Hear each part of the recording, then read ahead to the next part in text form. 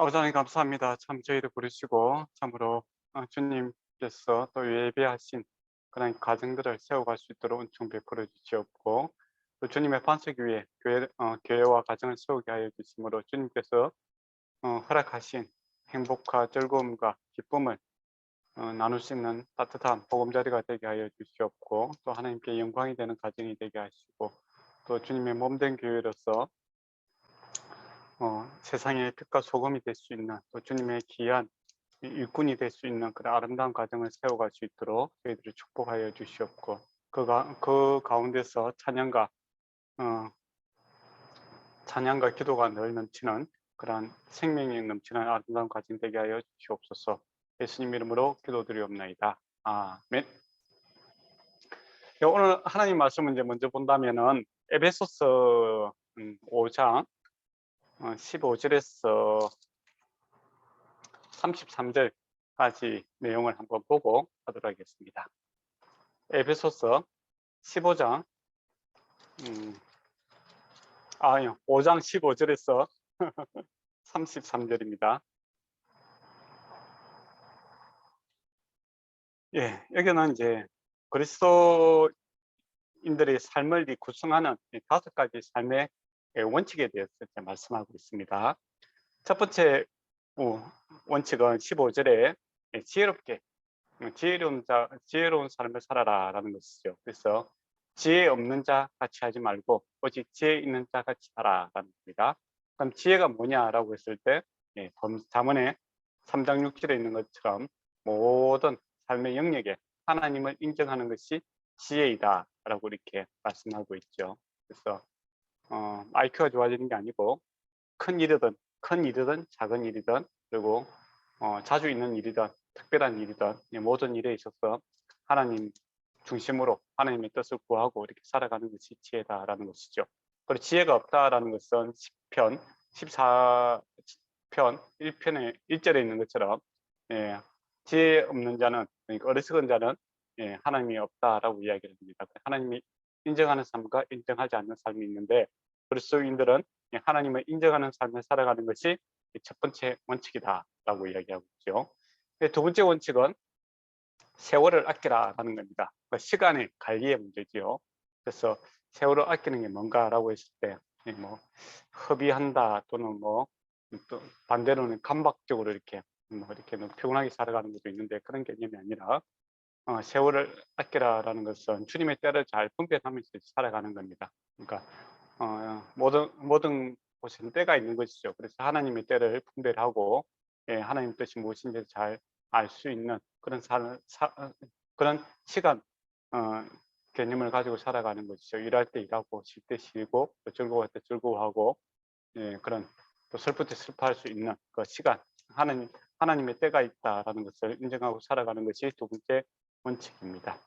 그리고 세 번째 원칙은 오직 주의 뜻이 무엇인지 이해하라라는 것이죠.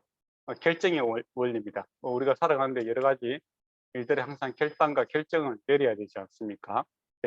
하나님이라면 어떻게 하실까? 주님의 뜻이 무엇인가? 주님이라면 어떻게 하실까라는 그런 마음으로 이렇게 결정하며 살아야 되는 것이고, 네 번째가 이제 통제의 원리죠.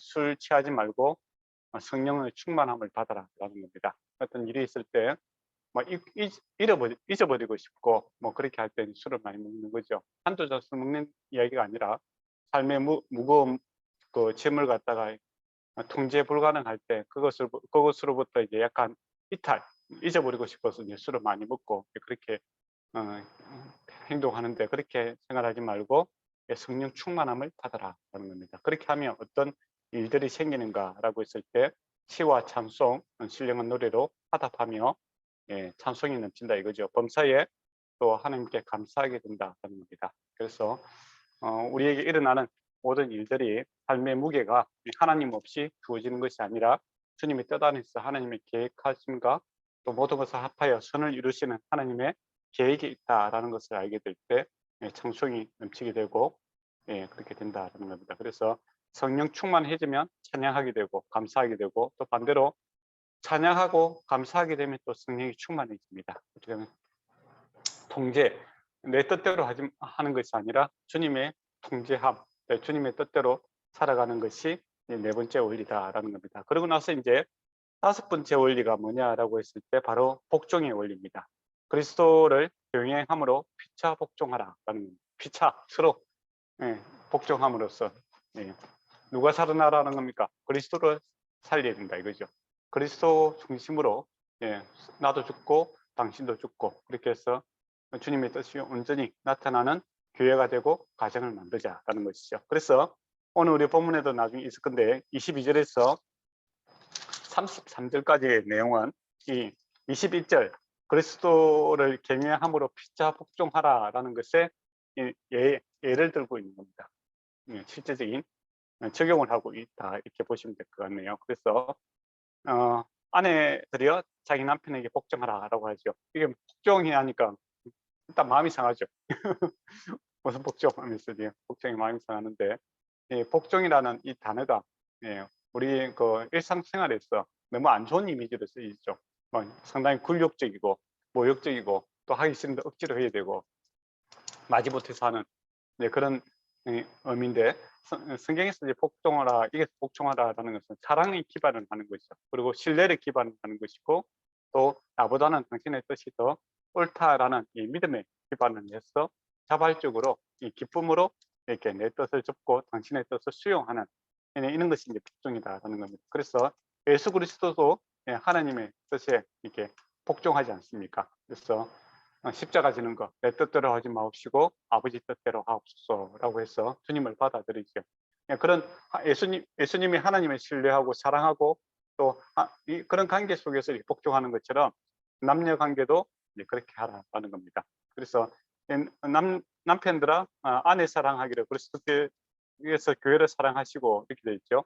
사랑하는 여기서 사랑한다는 거하고 복종한다는 거하고 같은 개념으로 지금 나와 있습니다. 그래서 남편들은 이제 그리스도께서 교회를 사랑한 게 어떻게 했죠? 자기의 살과 피를 쏟으시고 교회를 정결케 했지 않습니까? 그리고 그것도 다른 말로 하면 자기를 죽고 당신이 살아나기를 원했다 이거죠. 복종도 그런 거 아닙니까? 내가 죽고 당신이 살아나기를 원한다 이런 것이죠. 그래서 교회를 세우는 건강하게 세우는 원리나 가정을 건강하게 세우는 원리는 다 통일하다라는 겁니다. 서로 복종이죠. 상호 복종입니다. 상호 복종.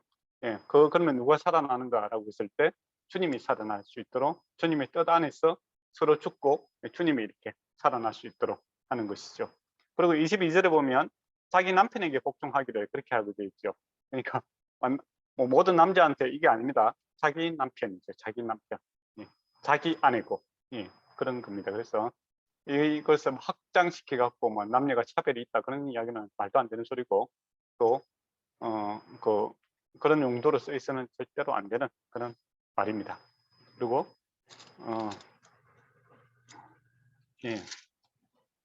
그리고 그의 몸의 지친이라고 되어 있죠. 하나다라는 것이죠. 우리가 뭐 머리가 아프면은 몸이 아프죠. 몸이 아프면 또 머리가 아프고. 그래서 분리시킬 수 없는 겁니다. 근데 이게 이제 큰 비밀이다라는 거죠. 원래 사람은 자기 중심으로 이렇게 살아가고 싶은 것이 자기 본능적입니다. 그리고 죄로 인하여 사람들이 항상 자기 중심으로 이기적인 또는 개인주의적인 자기 중심으로 이렇게 살아가려고 하는데 교회 공동체나 이제 가정 공동체는 나보다는 다른 나의 파트너 부인이라든지 남편이 더 잘 됐으면 좋겠고 그 잘 되는 것이 나에게도 기쁨이 되고 그런 이제 어떻게 보면 그 본성을 거스르면서 역행함으로써 내가 죽고 그러니까 기쁨을 얻게 되는 이 주님의 십자가와 또 부활의 사랑의 정신을 배울 수 있는 것이 바로 가정과 이 교회의 공동체의 특징이다 이렇게 보시면 될 것 같습니다. 그러면 이제 본문으로 우리가 다시 가보도록 하겠습니다. 오늘 부부의 역할 책임이라는 부분을 하도록 하겠습니다. 여기 보면 이제 원앙새가 두 마리 나오죠. 원앙새가 이제 일부 일처제의 상징으로 이렇게 생각해서 한국에서는 결혼식 할 때 보면 원앙이 이렇게 많이 나옵니다. 그런데 여러분이 쏘으면 안 됩니다. 원앙은 만약에 이 부부가 원앙천을 사면 큰일 납니다. 이 원앙이라는 새는 짝짓기 할 때 그때 이제 일부 이처제로 아주 친하게 지냅니다. 근데 원앙이 알을 낳자마자 숫 원양은 돌보질 않습니다. 그렇게 해서 곁을 떠나죠. 그래서 결과적으로 보면 암 원앙이 그 새끼를 부화시키고 그 아이를 양육하는 것까지 독박을 쓰죠. 혼자 다 하고 그 숫 원양은 아주 자유롭게 돌아다닙니다. 그래서 원앙처럼 살면 망합니다. 지수를 아셔야 됩니다. 그래서 원앙처럼 살기를 원합니다라고 하면 아내가 고생하신다는 것을 꼭 아시기 바랍니다. 농담이고. 근데 갑자기 궁금하더라고요. 일본에서는 그러면 원앙 말고 뭐 다른 새를 사용하시나 그런 생각도 들고. 일본에는 무슨 상징이 있습니까? 부부의 상징으로서.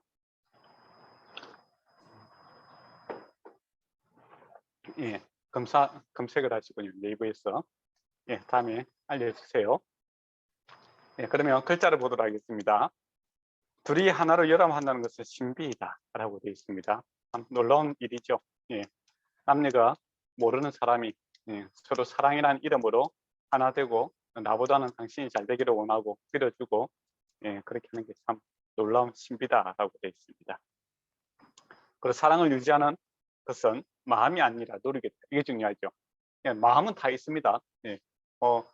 이혼 직전에 있는 가정도 그 부부도 다 마음은 서로 사랑하죠. 그런데 노력을 하지 않습니다. 그렇기 때문에 문제가 생기는 거죠. 마음이 처음부터 없으면 부부가 안 될 수가 없죠. 그죠? 마음은 다 있습니다. 사랑하고 아끼는 마음이 있는데 이것을 어떻게 표현하고 또 어떻게 전달하고 이제 소통하는 그런 노력을 하지 않으면 엉망이 된다는 것이죠. 사랑을 완성하는 것은 결혼이 아니라 믿음이다. 이게 참 중요한 이야기입니다. 사랑의 완성으로 결혼을 생각하는 것은 이제 동화책에서 나온 이야기죠. 사랑의 완성은 그 결혼은 이제 그 시작입니다. 서로를 믿음의 시작이죠. 우리 믿음 시작도 그렇잖아. 신앙 고백하고 거기서 끝나는 것이 아니라 이제 주님과 함께 살아가는 것처럼 결혼도 시작입니다. 세례반도 같죠. 그러고 나서 이제 믿음 서로의 그 신실함과 사랑을 알아가는 그런 함께 동행하는 그러한 것들의 이제 영속입니다. 그리고 사랑을 열매 맺게 하는 것은 끊임없는 성장이다. 이것도 중요하죠. 지향점이 있다라는 겁니다. 그냥 이렇게 완성된 채로 이렇게 결혼이 되는 것이 아니라 이 둘이서 만나서 주님을 닮아가고 주님을 따라가고 또 주님의 사랑을 이제 확인해가는 그런 성장과 아름다움이 있는 그것이 가정이다라는 것이죠. 그리고 사랑의 처음과 끝은 오래 참음입니다. 열정이 아니라 뜨거운 마음 그게 아니라 오래 참음입니다. 서로를 이해하고 인내하고 또 서로를 격려하는 그런 사랑을 완성을 위해서는 오랜 시간이 필요하다는 것이죠. 이것을 가능케 하는 것은 바로 주님을 바라봅니다 라고 되어 있죠. 이게 이제 기독교 가정과 다른 가정의 차이겠죠. 뭐 예수님을 믿지 않으면 이제 서로의 노력을 강조를 할 것 같아요. 그런데 우리 예수 믿는 사람들은 우리 모든 삶에 있어서 힘의 원동력, 힘의 원천은 바로 주님으로부터 옵니다. 그래서 주님으로부터 사랑을 받고 또 은혜를 받고 할 때 내 마음이 부드러워지고 힘을 얻고 능력을 얻고 그 힘과 능력을 가지고 나의 가장 가까운 이웃, 나의 사랑하는 배우자를 섬길 수 있는 그런 원리죠. 그것이 이제 확장이 되가면은 이제 뭐 교회 공동체가 될 수 있겠고 또 일반 사회를 섬길 수 있겠죠. 그래서 주님으로부터 내가 사랑을 받는 또 은혜를 받는 성령 충만함을 받는 그런 주님과의 관계성으로부터 가정이 이렇게 세워져 간다라는 것을 꼭 기억했으면 좋겠습니다. 그러면 이제 페이지를 넘겨서 54페이지를 보도록 하겠습니다. 54페이지에 보면은 필요가 있다라는 겁니다. 결혼을 하게 되는 동기 중 하나는 자기 인생에서 소원하는 바를 충족하기 위함이다. 예, 그렇죠.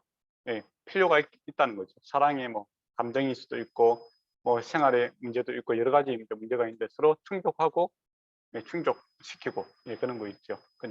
그래서 좀 더 이성적으로 생각한다면 다른 배우자를 내가 충족시키겠다 이렇게 귀한 마음을 가지고 결혼하면 참 더 좋다라는 것이죠. 그러나 예, 실제로는 어떠냐라고 했을 때 두 사람 다 이렇게 필요를 채우고 공급해야 되는 책임과 의무가 있는 그런 관계다라는 것이죠. 우리가 완벽하면 결혼할 필요 없잖아요, 그죠? 예, 완벽하면 자존자가 되면 하나님은 결혼하지 않습니다. 예, 스스로 예, 완전하신 분이기 때문에 예, 결혼할 필요가 없죠. 그러나 우리는 이제 사람이죠. 그래서 부족한 장점이 있고 단점이 있습니다. 그리고 서로 채워주고 나눠줄 수도 있는 것도 있고 내가 받아야 되는 것도 있는 거죠. 예, 그래서 서로 이렇게 두 사람이 하나가 될 때 더욱더 예, 완전하고 온전한 그런 것을 경험할 수 있다는 것이죠. 그런데 이제 중요한 것은 이제 필요를 갖다가 채우는 이 방법들에 있어서 중요하다라는 겁니다. 네, 나쁜 방법을 먼저 이야기하면 저 밑에 보면 독심술 게임이라고 했죠. 그러니까 맞춰보아라 라는 겁니다. 네, 네가 나를 사랑하니 내가 필요한 것을 알아서 맞춰서 제공하시오 이렇게 되는 거죠. 네, 보통 이것 때문에 많이 문제가 생깁니다. 섭섭하다라는 마음. 네, 이야기를 하면 돼. 근데 이야기를 구체적으로 이야기 안 하고 예, 왜 안 해주느냐 또는 이것밖에 안 되느냐 그런 이제 섭섭함이 생기죠. 그래서 다른 사람은 몰라도 당신은 알아야 된다 이렇게 생각하죠. 그러나 오해입니다. 우리가 이제 저와 여러분이 가족들 생각해 보세요. 여러분이 한 30년, 20년, 많게는 40년 동안 같이 사셨는데 가족들이 어떤 행동을 할 때 참 이해가 안 되는 경우가 많죠. 예. 우리가 익숙하죠. 가족에 대해서 익숙하지만은 사실은 깊이 있게 아는 것은 아닙니다. 그래서 가끔은 이제 가족들의 돌발적인 행동들에 대해서 당황스럽죠. 또 어떤 생각을 할 때, 그런 생각을 하고 있었나라고 이제 가우뚱할 때가 있습니다. 예, 익숙한 거하고 예, 잘 아는 거하고는 다르다는 것이죠. 부부도 똑같습니다. 부부는 특히 그렇죠. 사랑하죠. 사랑하지만은 예, 그 사람에 대해서 잘 모를 수 있다라는 것을 전제로 해야 됩니다. 그런데 이제 사랑이라는 이 기반을 가지고 이제 실험을 하는 경우가 있죠. 그 사람이 내 마음을 얼마만큼 이해하고 아는가라고 해서 좀 맞춰봐라. 이제 그렇게 이제 뭐 생일날 예, 뭐 선물을 갖다가 뭐 내 마음에 꼭 맞는 걸 가져오겠다 그렇게 생각을 하는데 실망하는 경우가 크답니다. 예, 그렇지 말고 예, 필요가 있으면 구체적으로 이야기를 해야 된다는 겁니다. 근데 구체적으로 이야기하라라고 하면 부끄럽다. 꼭 이런 것을 이야기해야 알 수 있는가? 네, 그렇게 이야기를 하고 있죠. 그러나 구체적으로 이야기하지 않으면 알 수가 없습니다. 그래서 보통 이제 싸울 때 뭐라고 합니까? 뭐 어쩌라고? 뭐 그런 이야기 하잖아요. 뭐 어쩌라고? 해줄 마음은 있는데 내가 어떻게 해야 될지 모르겠다. 네, 그게 그거죠. 그것 때문에 싸운다 이거죠. 그래서 나의 필요를 구체적으로 예, 잘 전달하는 것 예, 이것이 중요하다는 겁니다. 그리고 만약에 말하지 않았다면 예, 기대하지도 말아야 됩니다. 예, 말하지 않았는데 뭐 알아서 해줄 걸 원한다. 물론 알아서 해주면 참 고맙죠. 예, 그렇지만은 말하지 않았는데 뭐 알아서 안 해준다고 그래 화를 낸다든 것이 그렇게 하면 안 된다는 것이죠. 그래서 말하지 않은 것은 내 잘못이다라는 겁니다. 예. 그리고 예, 말할 때 추상적으로 이야기하면 안 됩니다. 당신이 좀 이렇게 착한 사람이 되었으면 좋겠어. 또는 당신이 좀 훌륭한 사람이 되었으면 좋겠어. 또 당신이 좋은 아빠가 되었으면 좋겠어. 이렇게 이야기하면 안 됩니다. 예, 이런 거는 뭐 좋은 아빠, 좋은 남편 이런 거는 너무 이렇게 무엇을 해야 될지 잘 모르잖아요. 그리고 또 오랜 시간이 흐르고 나서 결과물이죠.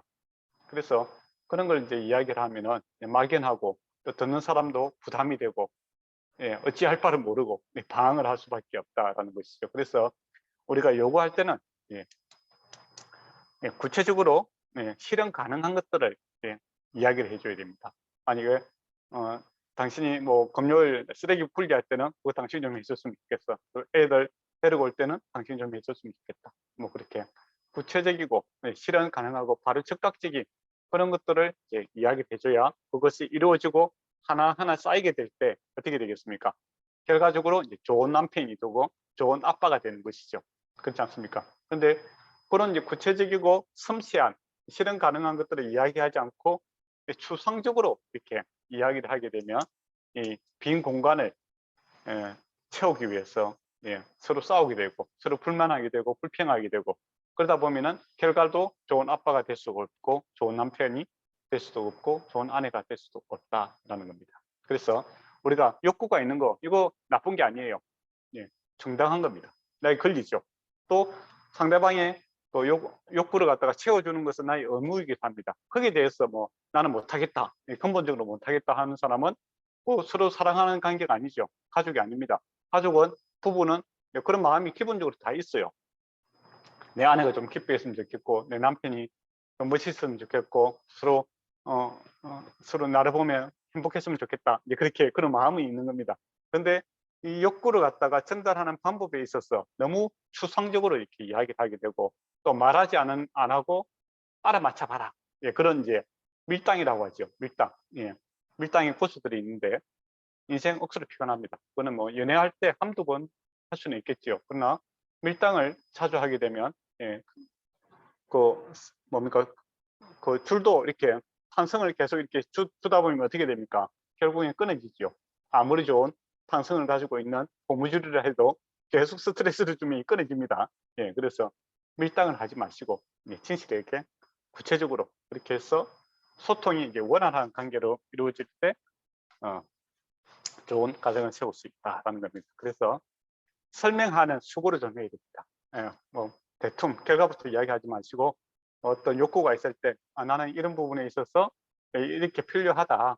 그렇게 조금 수고죠. 조금 앞에 설명을 해주면 얼마나 좋습니까? 그러면 그 사람이 이해를 하고 공감한 가운데서 이렇게 행동을 옮기면은 훨씬 더 좋은 결과가 나오지 않겠습니까? 예수님도 그렇게 하잖아요. 우리에게 친구처럼 대하지 않습니까? 그래서 뭐 또 선교지라든지 또 하나님의 일을 할 때 설득을 시키죠. 모세도 설득을 시키지 않습니까? 그런 설명과 설득을 하는 그런 수고, 이게 바로 사람을 인격적으로 대하는 겁니다. 친구로 대하는 거고. 그게 이제 부부끼리 알콩달콩 이야기하는 주거니 받거니 그렇게 이야기할 수 있는 그런 첫 단추다라는 것이죠. 근데 당연히 저 사람은 내 마음을 알 것이고 내 생각을 알 것이다 라는 것은 착각입니다. 자주만 익숙한 거죠. 얼굴이 익숙하다고 해서 내 생각과 내 마음을 알 수가 없습니다. 그죠? 그래서 어떤 욕구들이 일어날 때 구체적으로 이렇게 이야기하는 것이 참으로 중요하고 설명을 해주는 수고와 노력은 내가 해야 된다는 것이죠. 그러면 다음 장으로 넘어가도록 하겠습니다. 보면 결혼 생활을 통해 내가 원하는 욕구라고 되어 있죠. 그러면서 이제 신체적이면, 감정적이면, 영적이면, 사회적이면 이렇게 나누어 놨습니다. 이게 얼마나 좋아요. 만약에 결혼을 통해서 내가 원하는 욕구를 이야기해 보세요 하면 너무 막연하잖아요. 그렇지 않습니까? 딱 들으면 뭘 이야기해야 되지 모르겠잖아요. 그런데 네 가지를 이렇게 딱 설명을 좀 해주니까 내가 욕구가 무엇인지 좀 답쓰기가 좀 편해지지 않습니까? 그죠? 그렇죠. 이런 이제 수고와 노력은 좀 해줘야 되는 겁니다. 내가 원하는 것이 어떤 것인지에 대해서 좀 생각할 수 있는 이런 단추들을 이렇게 좀 놓아주는 것이 필요하죠. 그다음에 신체적인 것들이 무엇이 있을까 제가 또 한번 조금 미리 한번 생각을 해봤어요. 여러분의 생각도 있을 건데 한번 들어보고 싶은데 일단은 다음에 하도록 하고 생각을 한번 해보라 이거죠. 청결의 문제일 수 있겠죠. 어떤 사람은 뭐 깨끗하게 씻는 사람이 있고 어떤 사람은 좀 덜 씻는 사람도 있고 그게 또 서로 부부끼리 살아감에 있어서 중요한 문제거든요. 어떤 사람은 외출하고 나서 바로 씻는 사람도 있고 어떤 사람은 한참 있다가 잘 때 좀 씻는 사람도 있습니다. 그렇기 때문에 바로 와서 씻는 사람 입장에서 보면 늦게 씻는 사람이 좀 지저분해 보이잖아요. 근데 지저분한 사람이 나 뽀뽀해주고 그러면은 좀 안 좋잖아요. 그럴 수도 있습니다. 그래서 이제 이런 이제 문제가 생겼을 때 나는 외출하고 들어왔을 때 바로 씻었으면 좋겠다 이렇게 이야기를 해줄 수도 있겠죠. 그리고 이제 옷차림이라든지 뭐 스타일 이제 그죠?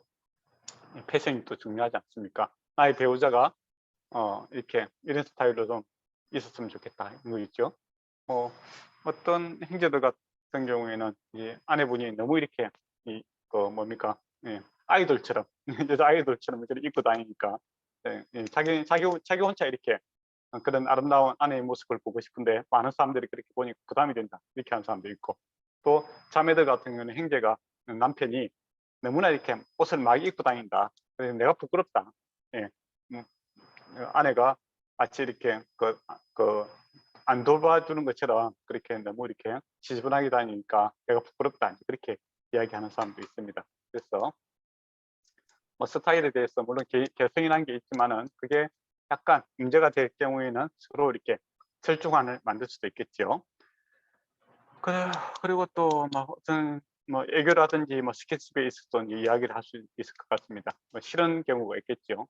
예. 그리고 애교를 좀 부려줬으면 좋겠다라는 경우도 있을 것 같고, 근데 이제 구체적인 그런 것들을 좀 이야기해주고 싫은 거 싫고 좋은 거 좋다라고 이렇게 분명하게 해주는 게 좋을 것 같습니다. 그리고 아침에 일어나서 좀 반갑게 맞이해주면 좋지 않습니까? 예.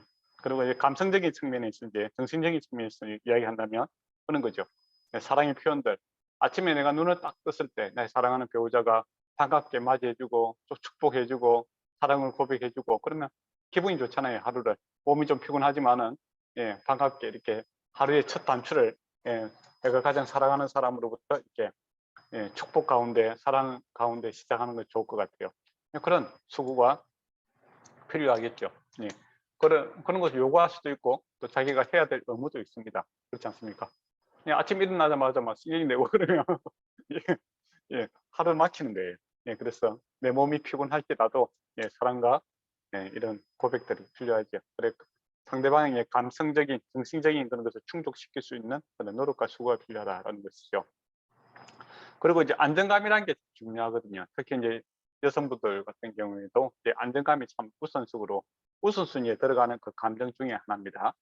그래서 안정감을 이제 줄 필요가 있다라는 겁니다. 만약에 남편이 출근을 하고 또 먼데 가게 되고 그렇게 할 때 언제 가고 저 언제 어디쯤 가고 있다 또 언제쯤 올 것이다 이제 그 출발할 때 그리고 전화 한 통 해주고 문자 안 내주면 좋잖아요. 근데 한번 나가고 나면 들어오면 들어온 것이고 뭐 그렇게 알 수가 없다라고 하면 불안하지 않습니까? 요즘에 사건 사고도 많고 뭐 그런데 괜히 배우자가 불안하고 가족들이 불안하게 살 수는 없잖아요, 그죠? 그래서 조그만하게 이렇게 자기 배우자에게 안정감을 줄 수 있게끔 그런 이제 수고와 노력도 필요하다라는 것이죠. 안 할 경우는 그렇게 해달라고 요구할 수도 있습니다. 어떤 사람은 이제 거기다 자기는 이제 그 필요성을 못 느끼는 사람도 있거든요. 그렇지 않습니까? 자기가 불안한 건 아니니까. 그렇지만은 배우자가 불안하고 염려가 된다라고 했을 때는 뭐 그 정도의 수고는 해줄 수 있겠죠. 그렇다고 해서 뭐 스토킹이 되라는 이야기는 아니죠. 어부증이 되고 어처증이 되라는 소리는 아닙니다. 예, 오고 가는 이야기들 하루에 대해서 이렇게 이야기해주면 상당히 안정감이 있고 소속감이 느껴지게 됩니다. 그리고 기쁨과 평안을 이제 느낄 수 있는 그런 감정들도 중요하지 않습니까? 그죠? 그래서 우리 책에도 이제 늘 이야기하듯이 처음 만났을 때 기쁜 이야기, 편안한 이야기를 하라는 겁니다. 근데 보통은 이제 그런 이제 생각을 안 하면 어떻게 됩니까? 뉴스 시간이 되죠. 뉴스에 보면 어떤 합니까? 항상 안 좋은 이야기부터 하지 않습니까? 불안한 이야기, 그런 이야기를 해요. 사람들이 안 좋은 이야기, 불안한 이야기에 긴장을 하게 되고 민감하게 되고 키가 이렇게 시청률이 올라가거든요. 근데 우리는 시청률 때문에 가정을 뭡니까? 꾸미는 것이 아니라 나의 가정은 평안을 위해서 하지 않습니까? 그래서 좋은 이야기, 남 이야기를 하더라도 기쁜 이야기, 편안한 이야기부터 이렇게 하면 좋을 것 같아요. 그렇지 않고 첫 단추를 불안한 이야기, 또 염려스러운 이야기, 싸운 이야기 이런 것부터 시작하게 되면은 은연 중에 그 감정 불안하고 이 안 좋은 감정이 이제 서로 이렇게 계속 나눠주게 되면 사실은 이제 다른 사람 때문에 불편한 건데 나중에는 서로 얼굴이 뭡니까 배우자를 만날 때마다 저 사람은 항상 나에게 불안함을 준다라는 무의식 속에 이 불안함과 염려를 줄 수가 있습니다.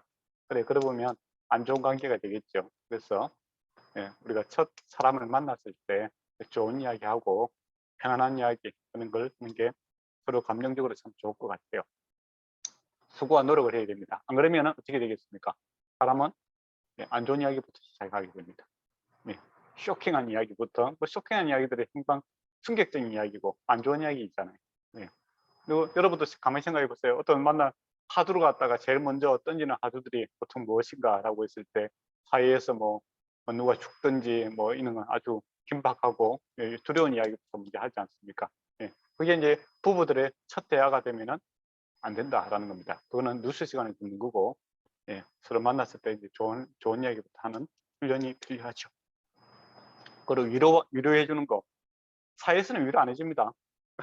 잘 안 해주잖아요. 그래서 상처받는 일이 많은데, 가족으로부터는 이제 제일 먼저 사랑하는 사람이 위로받는 것이 가장 중요하죠. 남들이 뭐라고 해도 당신이 최고고, 당신이 잘한 것이고, 이제 그렇게 이야기하죠. 근데 이게 이제 잘 안 되니까 그런 말이 있잖아요. 남편은 남의 편이다. 그런 말이 있잖아요. 뭐 객관적으로 이야기한다고 치고, 아내 편 안 들어주고, 다른 사람 편 들어주고 그렇게 하면 아내가 이야기한 이유가 나는 위로받기 위해서 이야기했는데 자기가 뭐 재판장이 돼갖고 뭐 이야기하니까 더 이제 화가 나죠. 그래서 부부끼리는 이제 위로하는 이제 그런 감정적이 좀 필요하다라는 거. 그리고 격려, 칭찬 이게 또 남자들한테 필요해요. 성경도 보면 마지막에 보면은 우리 남편을 존경하라라는 말이 있는데 남편들이 인정 욕구가 참 강합니다. 특히 이제 남편들이 집에서 인정 욕구를 채우지 않으면 어디 가서 그것을 보충하겠습니까? 술집에 가서 합니다. 술집에 가서 돈을 주고 술을 먹으면은 그분들이 얼마나 인정해 주니까 사장님 최고라고 그 거짓말인 줄 알면서도 그 사람들이 거짓말 듣기 위해서 많은 돈을 쓰는 경우가 많아요. 그리고 뭐 친구들이 뭐 이렇게 돈 많이 써도 당신이 뭐 최고라고 이야기할 때 인정 욕구를 채우고 싶어서 그런 거예요. 근데 그게 뭐 자기가 온전하게 채워지지도 않는 그렇지만은 마음이 너무 허전해서 이제 그렇게 낭비하게 되고 허송세월을 보내는 경우가 허다하게 많습니다. 근데 실제로 가정에서 이제 인정 욕구가 채워지면은 그런 것들이 시시하게 느껴지죠. 진짜가 들어왔으니까. 진짜 내가 인정받고 싶은 것은 어디겠습니까? 가족이겠죠. 그죠? 누구나 해도 가족들한테 인정받는 게 중요합니다. 특히 내 아내로부터 인정받는 것이 최고죠. 그리고 내 아내로부터 인정받는 것이 최고입니다. 그래서 자주 이야기해 주는 게 좋습니다. 100번 들어도 기분 좋은 게 인정하는 거고 격려하는 것이죠. 가끔 옛날에 왜 인정 안 하냐 그렇게 어떤 사람이 물어보니까 너무 한 번 이렇게 칭찬해 주면 너무 오버한다는 거예요. 오버해서 안 해준다는 거예요. 그럴 필요는 없습니다. 오버하더라도 집에서 계속 인정해 주면 더 잘할 수가 있습니다. 혼내고 그러면은 배우자는 저 사람 나를 항상 혼내는 사람이구나 이제 그렇게 생각할 수가 있어요. 근데 물어보면 그게 아니래요. 100개 중에서 잘하는데 한두 개 못하는 게 있어서 더 잘하라고 이렇게 이야기한다고 하는데 듣는 사람 입장에서 뭡니까? 저 사람은 항상 나한테 나쁜 소리 하고 나를 기죽이는 소리만 하는 사람이구나 라고 해서 관계가 안 좋아집니다. 그래서 반대로 10개 중에서 한두 개 잘하는 사람에게 계속 격려를 하면 어떻게 되겠습니까? 계속 잘하는 사람이 됩니다. 여러분도 그렇잖아요. 저와 여러분이 만났을 때 내가 서로 만났을 때 칭찬해주고 그러면 저 사람한테 내가 좀 더 나의 좋은 모습을 보여줘야 되겠다 그런 생각이 들잖아요. 그죠? 근데 만날 때보다 지적하고 신경이 내고 그러면 계속 삐뚤어지는 거지. 해도 안 되는구나. 될 대로 되라.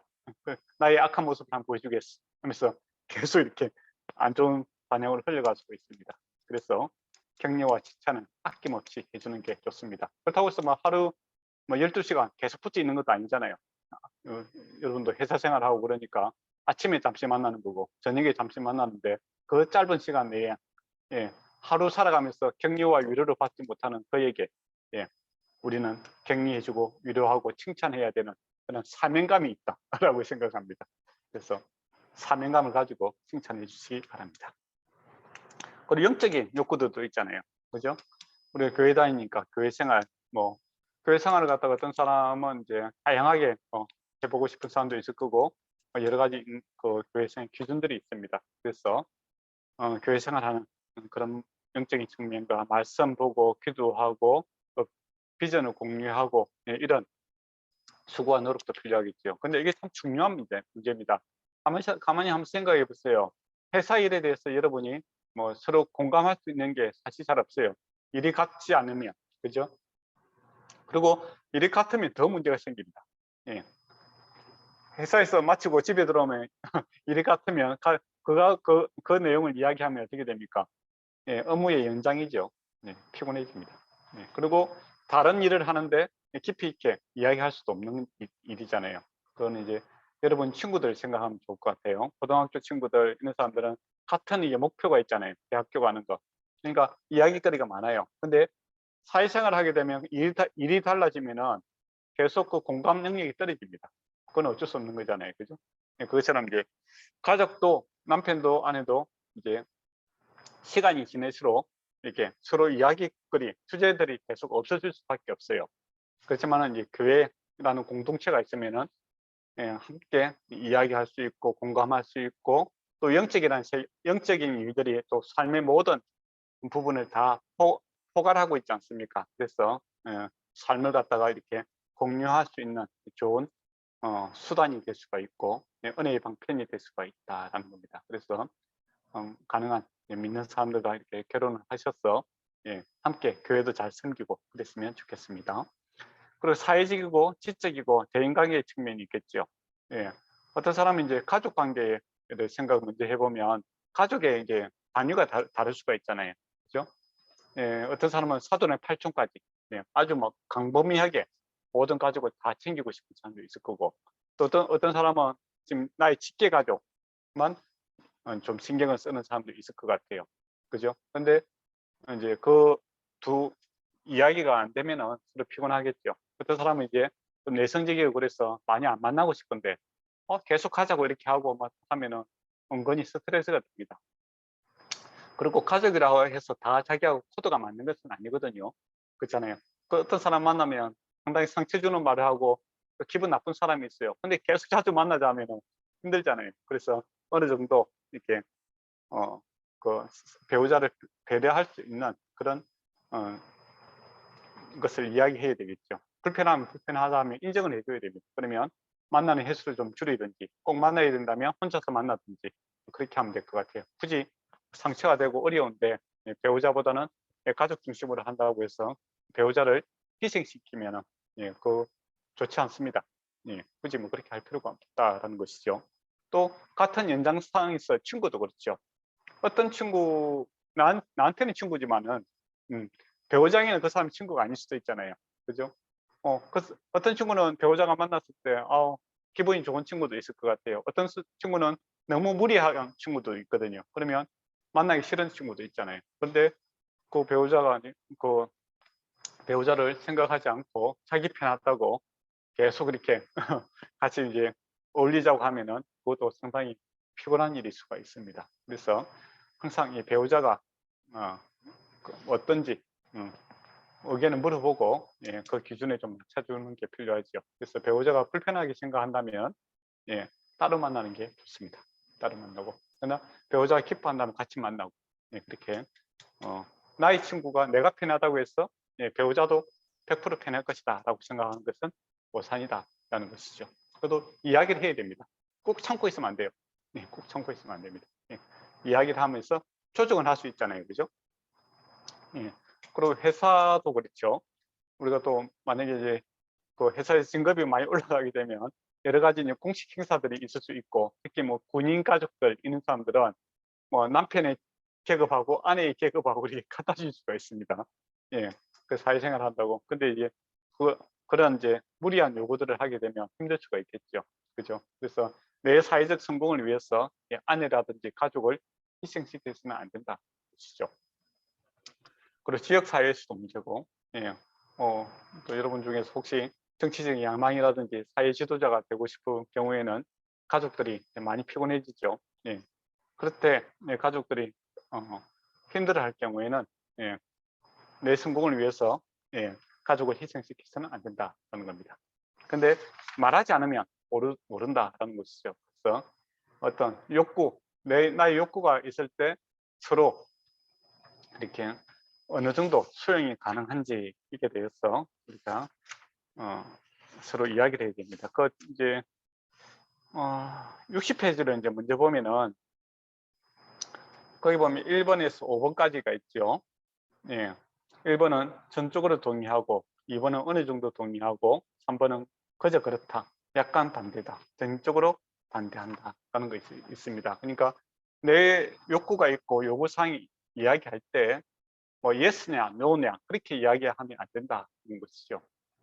예. 그거는 이제 너무 결과 위주로 이야기하는 거고, 사람의 마음이라는 것을 이 5단계로 좀 나눠서 이야기하는 것이죠. 그러니까 뭐 이거는 정말 싫다라고 했을 때는 이제 더 이상 그 이야기하면 안 됩니다. 그러나 그럭저럭 하다라고 하면 이제 설득이 가능할 수 있고 횟수를 조정할 수도 있고 뭐 그렇잖아요, 그죠? 만약에 어떤 친구 만나는 게 너무 불편하다, 나는 절대 안 만나고 싶다, 그러면은 그 친구하고는 절대 만나면 안 됩니다, 같이.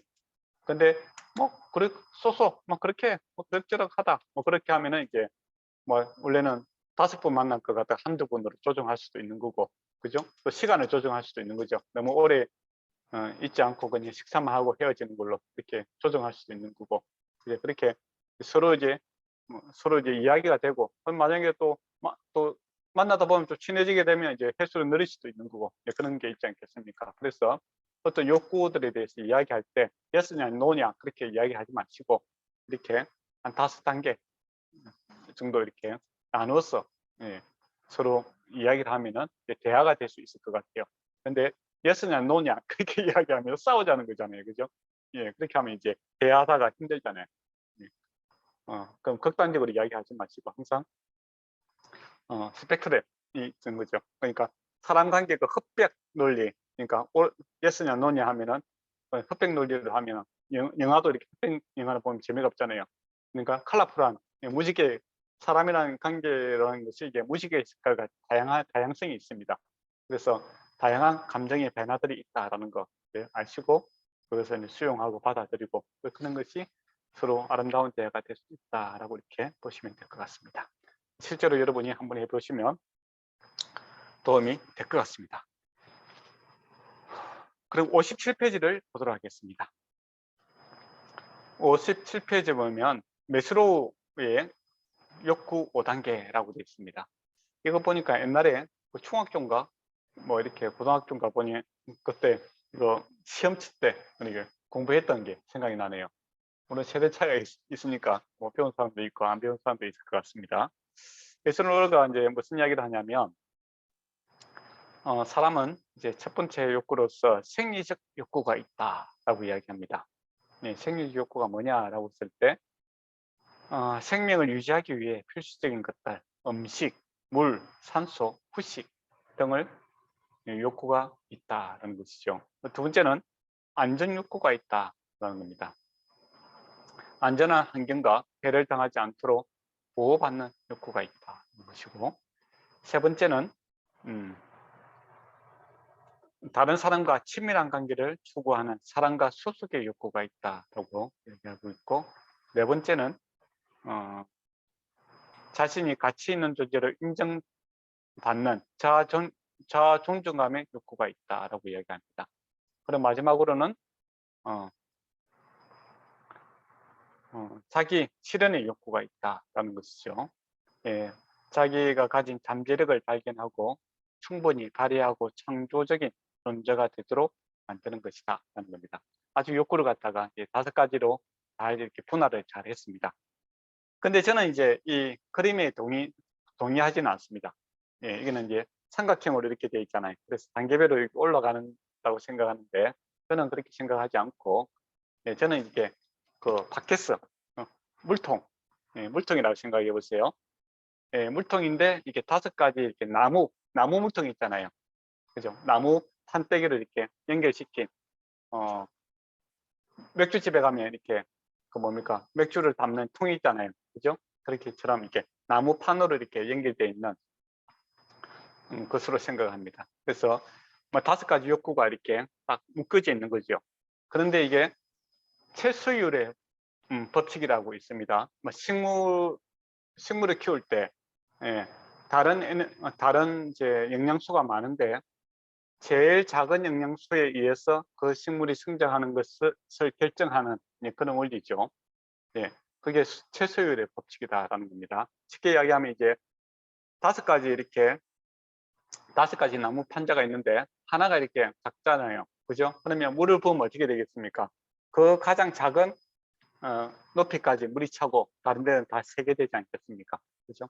그래서 이 5가지 욕구가 동시적으로 이렇게 우리에게 주어집니다. 근데 만약에 안전의 욕구가 많이 빈다라고 되면은 불안해지니까 다른 음, 여러 가지 것들이 충만히 있어도 삶의 기쁨이 많이 다운이 되겠죠.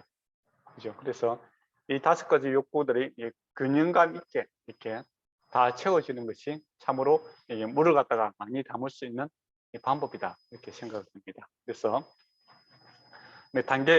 단계별로 생각해서 이걸 먼저 하고 나중에 하고 이렇게 하는 것이 아니라 동시적으로 우리가 다 신경을 써야 된다는 것이죠. 그러니까 뭐 음식, 산소 문제, 이렇게 생활에 필요한 욕구도 중요하고 또 동시에 뭡니까? 우리가 살아가는 데 있어서 안정 욕구도 중요하고 또 친밀한 것도 중요하고 또 그 과정 속에서 이제 자아 개발이라든지 인정 욕구도 동시에 이렇게 채워지는 그런 관계지. 이게 뭐 단계별로 이렇게 되는 것은 아니다라고 생각합니다. 물론 여러분 생각이 어떠신지 모르겠지만 저는 그렇게 생각합니다. 그리고 이제 극단적인 경우도 있죠. 만약에 자아 실현을 이제 워낙 욕구가 강하기 때문에 다른 것이 다 부족해도 그것을 끌고 가는 그런 경우가 있습니다. 예, 옛날에 뭐 극단적인 상황으로 한다면 뭐 아주 성공지향적인 사람이 뭐 당장 오늘 내가 먹을 게 없지만은 내가 앞으로 성공을 위해서 지금의 모든 불편함들, 관계는 내가 다 끊고 불편함 참고 내가 가겠다라는 것도 있겠죠. 뭐 선교 현장이라든지 목회자가 되는 분들은 여러 가지 이제 불편함이 있는 거죠. 경제적으로 불편함이 있는데도 불구하고 하나님 나라를 위해서 내가 예, 모든 것을 내가 참고 인내하겠다. 그러면 하나의 욕구가 강하기 때문에 다른 것을 다 수용 가능하게 되는 경우도 있습니다. 그죠? 그런 것이 특수한 경우들이죠. 일반적으로는 어떻습니까? 이 5가지 이 요구 조건들이 골고루 이렇게 채워져 가는 것이 안정적이고 또 관심을 가져야 된다는 것이죠. 그렇지 않습니까? 그래서 이는 사람들에게 기본적인 욕구가 있고 이것이 우선순위에 관계없이 다 중요하다는 것이죠. 특별히 중요한 이걸 위해서 다른 것을 희생시킬 수 없는 그런 가치가 있다 이렇게 보시면 될 것 같아요. 이 말씀을 왜 드리냐면 어떤 사람은 자기 성취 욕구가 아주 강한 사람이 있겠죠. 그걸 위해서 가족을 희생시키는 경우도 있을 수 있습니다. 그때 배우자가 나는 안정 욕구를 취하고 싶다라고 했을 때는 그것을 인정해 줘야 되겠죠. 그렇지 않습니까? 그런 이제 어떤 사람은 생활이 좀 우선이 될 수도 있겠죠, 그죠? 그런 생활을 위해서는 약간 내가 위험한 부담을 내가 감수해야 되겠다. 그렇게 해서 생활하기 힘들어서 이제 옛날 같은 경우에는 이제 외국에 일하러 가는 그런 외국 노동자들도 많이 생기지 않겠습니까? 그렇게 하면은 일시적으로 내 가정이 불안해지는 거죠, 그죠? 그렇지만은 그거는 이제 뭐 일시적인 그 감내하고 불안한 요소를 감내하고 생활의 안정을 위해서 이제 그걸 희생해야 되는 경우도 있습니다. 그런 이제 특수한 사항들이 있죠. 그렇지만은 다시 이제 그것이 채워졌을 때는 다시 다른 것도 이렇게 같이 채워가려는 노력을 해야 됩니다. 그거 하나만 계속 보고 계속 달려가다 보면은 사회적으로 자기는 엄청나게 성공을 했는데 나중에 보면 가족들과는 아주 멀어져 있는 그런 경우가 생길 수가 있겠죠. 그죠? 그런 이제 사회생활 하시는 분들 많죠. 그러면 안 된다. 그리고 대치 가능할 수 없을 수도 있습니다. 뭐 어떤 가끔 이제 재벌집 자녀가 자살을 하는 경우도 있죠.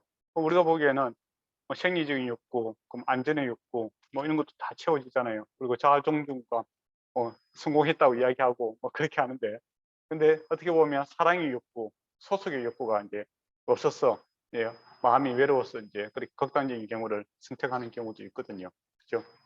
그래서 다른 걸 많이 줬으니까 이만큼 내가 경제적으로 도와줬으니까 사랑 없이도 살아갈 수 있지 않느냐 그렇게 생각하는데 그렇지 않다라는 겁니다. 모든 감정들은 욕구들은 다 하나하나가 비교될 수 없을 만큼 다 귀하고 소중한 것이다 하는 것이죠. 또 개인차는 있을 수 있습니다. 어떤 사람 경우에 뭐 소속감에 대해서 좀 낮을 수도 있겠죠. 그러나 내가 낮게 생각한다고 해서 다른 사람의 것도 이게 똑같이 취급해서는 안 된다는 것이죠. 그래서 이 다섯 가지 욕구가 다 중요한 것이고, 또 서로 그 욕구를 충족시키려고 노력을 하셔야 된다 이것이죠. 그렇게 생각해 주시면 감사하겠습니다. 넘어가도록 하겠습니다. 59페이지 보도록 하겠습니다. 부부의 역할과 책임이라고 있습니다. 결혼을 하게 되면 부부는 서로의 역할과 책임에 대해서 어떻게 생각하는가, 누가 무엇을 해야 하면 어떻게 그렇게 해야 하는 이유는 무엇인가, 남편의 무엇인가 아니면 아내의 무엇인가, 그리고 정통적인 문화적인 정통 때문인가 아니면 교회에서 가르치는 때문인가, 아니면 부모님이 하던 것을 보아왔기 때문인가, 이것이죠.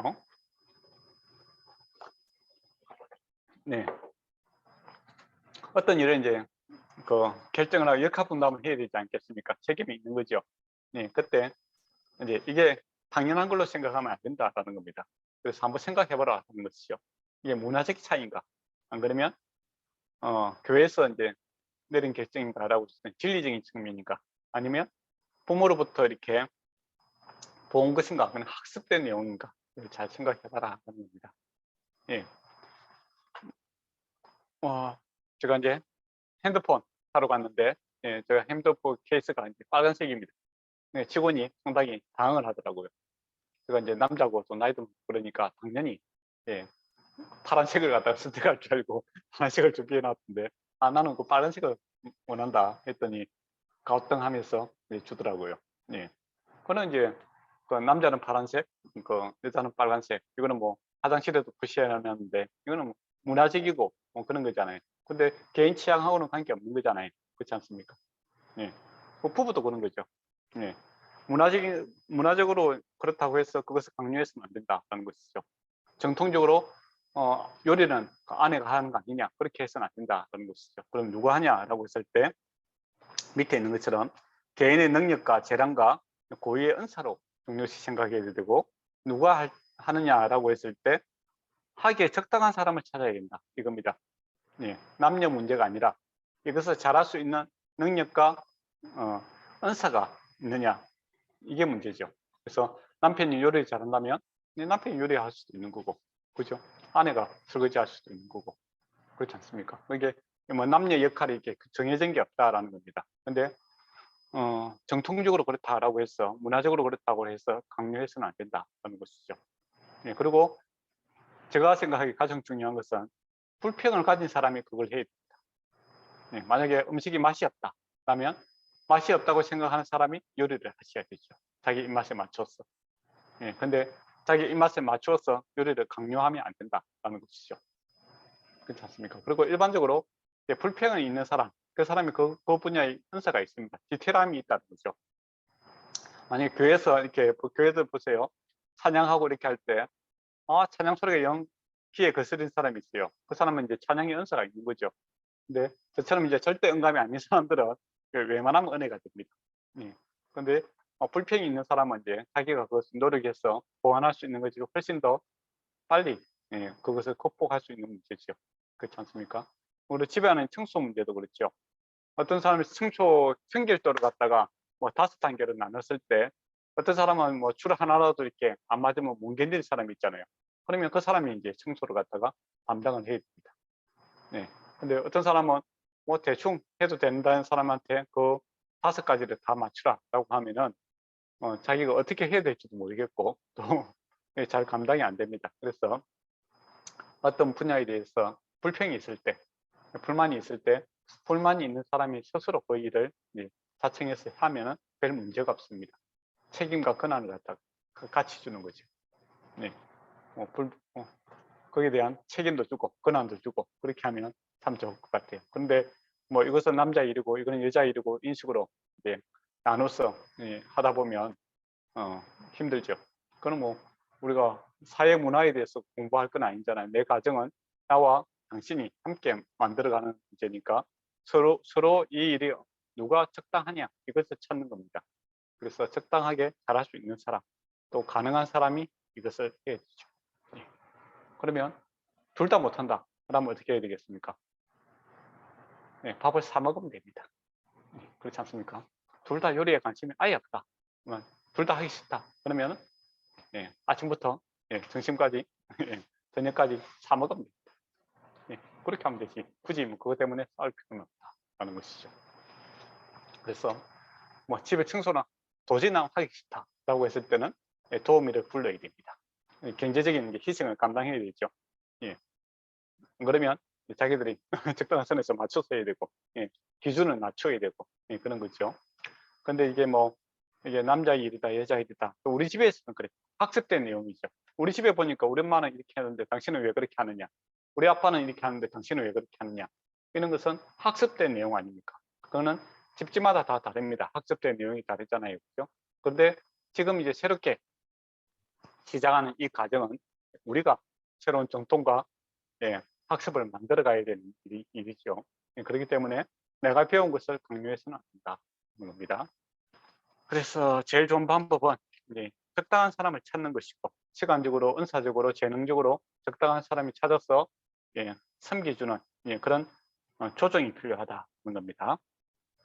그래서 밑에 보면 중요한 것은 각각의 역할들이 부부에게 어울리지 않다면 부부가 협력하여 잘 추진하도록 조정해야 하는 것이다 라는 겁니다. 조정해야 되는 것이 중요하지 강요해서는 안 된다라는 겁니다. 강요. 강요의 대상이 아니라 조정의 영역이다. 이것을 꼭 기억했으면 좋겠습니다. 그래서 이제 조정하는 방법으로서 이제 5번에 이제 나오는 것이 다음 페이지에 보면은 전적으로 동의할 수 있다, 뭐 전적으로 반대다, 어느 정도 동의, 약간의 반대, 그저 그렇다, 그런 이제 이야기들이 올 수가 있습니다. 어떤 주제들에 대해서.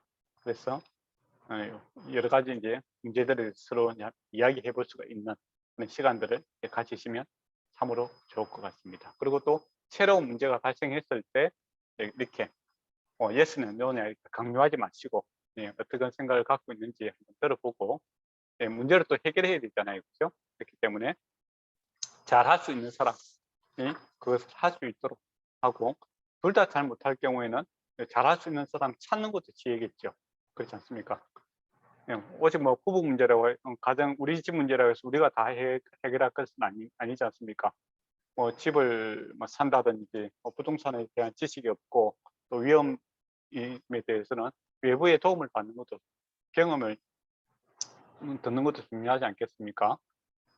특히 이제 진짜 실제적으로 중요한 문제인데 뭐 집을 산다든지 전세를 얻는다든지 뭐 이런 문제 정말 중요한 문제입니다. 그거 한번 실수하면 어떻게 되겠습니까? 사기를 당한다고 했을 때 내 전 재산이 다 날아가게 되죠. 그렇지 않습니까? 그러면은 부부 관계가 안 좋아질 수밖에 없습니다. 원망불평할 수밖에 없고 또 모든 삶이 참 어려워질 수밖에 없어요.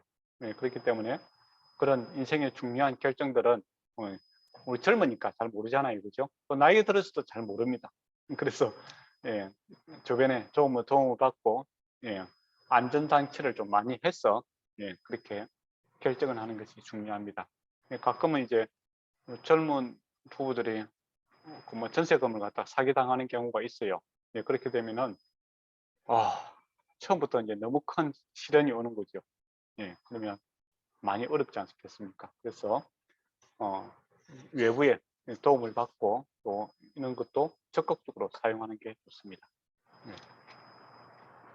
그런 게 있잖아요.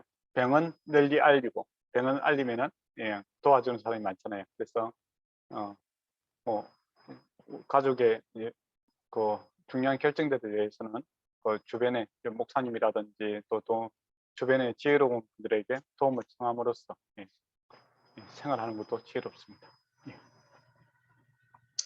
그러면 넘어가도록 하겠습니다. 6번에 보면은 남편과 아내의 역할 해갖고 오늘 이제 에베소서 21절에서 33절까지의 내용을 쭉 이야기하고 있습니다. 아, 처음에 말씀드린 것처럼 이 승복하고 살아가는 것은 같은 개념이다. 이렇게 보시면은 답은 이제 쉽게 이렇게 해결될 수 있습니다. 그래서 죽게 하듯 하라라는 표현도 있죠, 그죠?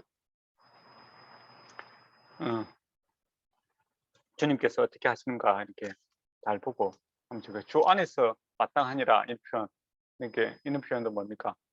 서로의 주장이 중요한 것이 아니라 주님의 뜻이 중요한 것이고 주님의 뜻을 찾아가는 것이 중요하다라는 것이죠. 복종을 강요하는 것이 아니라 내 뜻도 내려놓고 주님의 뜻이 나타나도록 해서 저번에 처음에 말씀드린 것처럼 우리 집에는 두 사람만 있는 것이 아니라 하나님이 계신다라는 겁니다. 그래서 나의 뜻이 아니라 당신의 뜻이 아니라 주님의 뜻을 우리가 함께 찾아가는 그 복종함, 사랑함, 또 하나님의 사랑을 받고 그렇게 함으로써 가정을 세워가는 것이 가장 중요하다라는 것을 이야기를 하고 있습니다. 그렇게 보시면 이 문제들은 쉽게 우리가 다 해결이 될 수 있는 그런 부분입니다.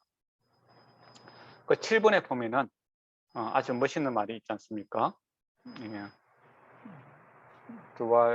뭐 박사가 이야기하고 있는 내용인데, 남자와 여자가 결혼으로 하나가 되었을 때 전적인 회복을 경험하게 된다.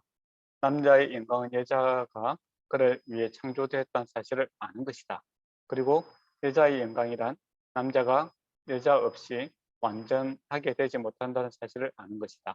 여자의 감수는 그녀가 남자를 위하여 창조되었다는 것을 알 때 나오며, 남자의 감수는 여자 없이는 자신이 온전하게 될 수 없다는 사실을 알 때 나온다. 남녀 모두 동등한 명예와 존엄과 가치를 공유하고 있다. 그러기에 남녀 모두는 서로에게 겸손해야 한다. 부부는 각자가 상대방의 온전함을 위해 서로에게 의존하는 존재이므로 절대적으로 필요하다는 것을 잊어서는 안 된다라고 박사님께서 이야기를 하셨습니다. 아주 훌륭한 말씀입니다. 그렇게 좀 정리를 하시면 될 것 같습니다. 그러면 넘어가도록 하겠습니다. 65페이지를 보면 의사결정이라고 이제 되어 있죠. 예. 여기서 이제 누가 적당한 사람인가가 문제이다 이게 되어 있죠. 그래서 적당한 사람을 찾는 겁니다. 근데 100% 적당하다 이런 거는 잘 없잖아요, 그죠? 예. 그때는 이제 퍼센테이지가 이렇게 나누어집니다. 이사 갈 때 선택은 아내냐 남편이 서로의 필요가 있는 게 있겠죠. 예. 또 회사 생활하다 보면 거리라는 게 있지 않습니까? 그죠? 거리라는 게 있고 또 살고자 하는 그런 취향이 다 다르죠. 다를 때 어떻게 결정할 것인가. 또 휴가 갈 때도 그렇고 그렇게 이야기를 하면서 인테리어도 그렇고 이렇게 이야기를 하면서 결정하면 참 좋다 것이죠. 근데 제가 이제 경험상으로 보면 이제 일방적인 경우도 있어요. 저희가 이제 가구점을 하다 보니까 가구를 사러 올 때 보면 대부분은 이제 그 가구라든지 이런 인테리어 문제 이런 거는 이제 여자분들이 좀 주도권을 가지고 있습니다. 그게 또 좋을 수도 있는 것 같아요. 왜냐하면 집에 있는 시간이 많으니까 자기가 불편하니까. 예.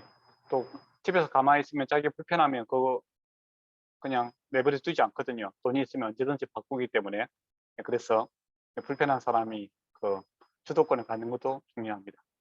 근데 이제 너무 또 남편을 그 배제시키는 그런 것도 보기는 안 좋더라고요. 예. 당신이 뭐 안다고 그렇게 하느냐 이렇게 하면 자존심 상하잖아요. 예, 그렇게 이야기하는 사람들도 있더라고요. 그렇게 하면 안 되고 또 반대로 또 남자분이 또 이걸 주도하는 경우도 있더라고요. 예. 예, 그렇게 뭐 가격적인 측면이라든지 이런 게 맞춰서 이제 하는 경우 있던데 그래 보면 또 여자분들이 가만히 안 있더라고요. 예, 처음에는 만약에 300만 원인데 주인한테 와서 남편이 오면 200만이라고 이야기해라. 그리고 나중에 이제 300만 원을 결정하는 경우가 있어요. 예, 그렇게 서로 썩이고 썩는 그런 관계가 되면 안 좋을 것 같아요. 그래서 부부 관계에 서로 이렇게 충분히 그러니까 예스나 노라고 이야기하지 말고 어느 정도 절충할 수 있는 것은 절충하면서 이렇게 받아들이면 참으로 좋을 것 같다 싶은 생각이 듭니다. 그래서 대화가 필요하다는 것이죠. 그리고 적당한 사람을 찾는 것이 중요하다는 것입니다. 네. 어떤 집에 가니까 그 침실을 갖다가 예, 아주 이렇게 로맨틱하게 분홍색으로 이렇게 예쁘게 해놨더라고요. 그래서 여자 집사님이 그렇게 하시는가 물어봤더니 아니고 예, 남자 집사님이 예, 그렇게 예쁘게 꾸며놨다고 하더라고요. 예, 그분은 그 집에는 또 남자 집사님이 이렇게 뭡니까 이 감각이 좀 있어요. 그렇게 해서 아주 그 동화에 노는 그런 침실로 만들어놨더라고요. 예, 그런 케이스도 있습니다. 그래서 자기가 불편하게 느끼는 사람, 그 욕구가 강한 사람이 그것을 좀 주도하는 것이 좋고, 그렇다고 해서 100% 내가 다 하겠다 이런 건 안 되고, 상대방이 같이 살기 때문에 조금 배려를 해주고 지혜를 구하는 것도 아무래도 좋은 일이다라는 겁니다. 나쁜 케이스는 몰래 하고 속이고 하고 뭐 그렇게 하면 나중에 알게 되면 더 문제가 생길 수가 있습니다. 그래서 중요한 문제에 대해서 서로 이제 이야기를 하고 또 상대를 배려하는 그런 결정의 원리, 대화의 원리가 정말 중요하다. 이렇게 보시면 좋을 것 같습니다. 10번은 한번 볼까요? 10번을 볼 때 어떠한 결정을 할 때 그 결정이 하기까지 나의 영향력은 얼마나 된다고 생각하십니까? 그렇게 되어 있죠. 네. 그래서 말이라도 예, 당신이 결정권이 많이 있다라고 이야기해 주시고 그렇게 하는 게 좋습니다. 인정해 주고 예. 실제적인 결과는 누가 가질지 모르겠지만 우리 집에 그러면 여러분이 궁금하실 것 같아요. 목사님 집에 결정권은 누가 있느냐? 되게 궁금하죠. 예. 우리 아내도 듣고 있고 그러니까 들을 거예요. 우리 집의 결정권은 이제 우리 집 사람에게 있습니다. 물론 이제 저희 이야기고 집 사람이 또 이야기하면 달라질 수도 있다는 거 여러분 꼭 생각하시기 바랍니다. 근데 저는 웬만하면 우리 집 사람의 말을 잘 듣습니다. 꼭 여러분이 들었다고 이야기해 주시기 바랍니다. 만나게 되면 다음 주 이제 8월 달에 만나게 되잖아요. 그래서 그렇게 꼭 이야기를 해주시면 제가 또 기분이 좋을 것 같습니다. 세상 살아가는 지혜가 있죠. 예. 그러면 66페이지를 보도록 하겠습니다. 66페이지 보면 어떤 부부들은 서로 생각을 숨긴 채 감정 싸움을 저지하는 경우도 있다라는 겁니다. 이런 경우 참 많습니다. 말하지 않고 또 사실은 자기 욕구가 무엇인지를 잘 이해를 못하는 경우도 있고 또 자기가 좀 거절당했을 때 어떤 일에 대해서 반대인데 자신이 거부당했다라고 이렇게 확대 해석하는 경우도 있습니다. 아니잖아요, 그죠? 어떤 사건에 대해서 어떤 일에 대해서 거부권을 행사하는 건데 내 자신이 이렇게 거부당한다 이렇게 같이 이렇게 매치를 시켜버리면 이게 좀 큰 문제가 되는 겁니다. 그래서 이걸 좀 잘 분리해야 되는 겁니다. 어떤 일에 대해서 내 생각이 이런 거지 당신 자신을 이렇게 거부하는 것이 아니다라고 이야기해 주는 것도 중요하겠죠. 근데 뭐 그렇게 왜 그렇게 뭐 생각하느냐고 이렇게 화를 내시면 안 됩니다. 우리가 이렇게 배우니까 이걸 분리시켜서 이제 생각하는 거지. 배우지 않으면 어떻게 되겠습니까? 그냥 일반적으로는 그 일하고 자기하고 이렇게 통일시 생각하는 경우가 많을 수도 있습니다. 그럴 경우에 오해가 생겼다면은 배운 사람이 먼저 이제 이야기를 해주면 되겠죠. 나는 당신을 수용하고 당신의 의견을 존중하지만은 이 일에 대해서는 나는 이 정도 이렇게 반대하는 생각이 있습니다라고 해서 이것을 분리시켜서 이야기해주면 좋습니다. 그죠? 근데 당신은 그런 것도 모르냐면서 막 그렇게 싸우면은 좋은 것 같고 또 싸울 수가 있습니다. 그죠? 그래서 알게 되고 배우게 되면은 모르는 사람에 대해서 이야기할 때 이렇게 아는 표현을 잘 해줘야 되겠죠. 그래서 당신을 수용하고 당신의 의견을 수용하고 그러나 이 문제에 대해서는 조금 더 생각해 봤으면 좋겠다. 이렇게 이야기를 하죠. 그래서 목사님들도 많이 그렇게 하잖아요. 상담하고 들 때 뭐라고 합니까? 기도해 봅시다 라고 하잖아요. 그죠? 기도해 봅시다. 그리고 잘 안 들어주는 경우가 많습니다. 싫다는 이야기 바로 이야기하면은 마음의 성취가 되니까 좀 생각을 해봅시다. 이제 그거죠. 하나님 뜻을 구해 봅시다. 라는 건데 그런 것도 이제 시간을 좀 두는 거죠. 부부 관계에도 필요합니다. 당장 이렇게 뭐 답을 해주는 것보다도 당신의 뜻을 내가 충분히 이해하고 받아들이겠다. 그렇게 표현해 주는 게 중요합니다. 알았어. 이렇게 하는 것보다도 내가 충분히 당신의 생각이 이런 것을 요구하시네요. 구체적으로 그렇군요. 내가 그것을 받아들이겠습니다. 그렇지만은 나한테 좀 시간을 주세요. 이렇게 이야기하면 참 좋습니다. 그러면 이야기하시는 분도 내 뜻이 수용이 됐구나, 이해가 됐구나 이렇게 받아들이고 좀 기다릴 수 있는 시간이 가질 수 있잖아요. 근데 알았어, 알았어 그렇게 하면 알았다는데 뭐 어디까지 알았다는 걸 잘 모르잖아요. 그리고 알았다는데 왜 안 해주냐 이렇게 되면 어떻게 되겠습니까? 저 사람은 알았다는데 왜 안 해주는가, 나를 갖다 거부하는 것인가, 나를 무시하는 것인가. 그렇게 하면 또 문제가 생길 수가 있잖아요. 그렇지 않습니까? 그렇게 이제 이야기를 하는 경우가 많아요. 예. 예, 그래서 이제 우리도 공부하는 입장에서 예, 당신의 뜻은 무엇인지를 이제 내가 이제 이해하는 범위 내에서 구체적으로 이야기해 줘야 됩니다. 이번에 이사를 하는 데 있어서 이제 가까운 곳에, 그리고 평수는 어느 정도 되는 것을 이제 원하고 있군요. 예, 그렇다면 우리가 이제 경제적으로 이제 돈이 좀 부족하니까 이 부분에 대해서 조금 더 생각해 봅시다. 이렇게 이야기를 해주면 좀 그 이제 수용이 되는 거죠. 쉽게 해결될 수도 있습니다. 그런데 알았다 해놨고 이사도 안 가는 것도 아니고 안 가는 것도 아니고 애매해지면은 문제가 생길 수가 있다 라는 겁니다. 예. 그러면 이제 66페이지부터 해서 1번부터 해서 이제 쭉 이야기가 있습니다. 예, 그 시간 되면 이제 좀 이따 해볼 거예요. 그래서 보면 1번 보면 현재 당신의 속한 가정은 누가 의사결정권을 갖고 있느냐, 이거는 이제 학습된 내용들이죠. 네, 그죠? 그러니까 자기 지금 집에서 엄마 아빠 중에서 이렇게 결정을 많이 하는 그런 문화 속에 살았다면은 당연히 이제 그 어떤 일이 생겼을 때 자기도 이제 그렇게 반응할 확률이 많습니다. 예. 어떤 자매는 남편이 이야기하니까 감히 아내가 이야기하는데 남편이 뭘 안다고 하냐고 막 이렇게 혼을 내주는 그런 자매가 있더라고요. 세더라고요. 예, 또 반대로 그럴 수도 있겠죠. 뭐 남편이 이야기하는데 아내가 뭘 한다고 이렇게 이야기하는 경우도 있고, 그런 나쁜 게 있죠. 예. 물론 이제 그런 가정에 자랐다고 해도 이제 지금은 이제 새로운 가정 아닙니까? 너와 나 이제 새로운 가정을 이제 세우는 과정에 있어서는 이제 그렇게 학습된 것, 잘못된 것은 이제 끊어야 되는 그런 게 있고, 만약에 그것이 옳다고 해도 상대방은 모르니까 설득시켜야 되는 그런 책임이 있다는 것을 중요합니다. 그리고 3번 볼까요? 만약에 의사충돌이 생겼을 때 어떻게 조정하는가, 나중에 오늘 시간이 좀 있을 것 같으니까 한번 들어보도록 하겠습니다. 그리고 4번, 3, 4번은 같은 내용이죠. 막다른 골목에 있었을 때 도저히 이렇게 합의가 안 될 때, 그 순간은 어떻게 해야 되는가, 이것도 한번 같이 한번 이야기를 한번 해봤으면 좋겠네요. 그리고 5번도 중요하죠. 집안에서 이제 큰 일만 있는 게 아니잖아요. 사실은 사소한 일들 때문에 많이 충돌이 생깁니다. 집안에서 사소한 일에 대해서 결정을 어떤 방식으로 해야 될까, 이것도 저와 여러분이 서로 이제 지혜를 나눌 수 있는 시간이 되었으면 좋겠고, 6번, 만일 당신이 하기를 원하지만 배우자는 그것을 그렇게 생각하지 않을 때 당신은 어떻게 결정해야 되고 또 배우자는 어떻게 했으면 좋겠는가, 설득할 수 있는 방법이 무엇이 있는가, 이런 것도 서로 이렇게 지혜를 나눌 수 있는 그런 시간이 되었으면 좋겠습니다.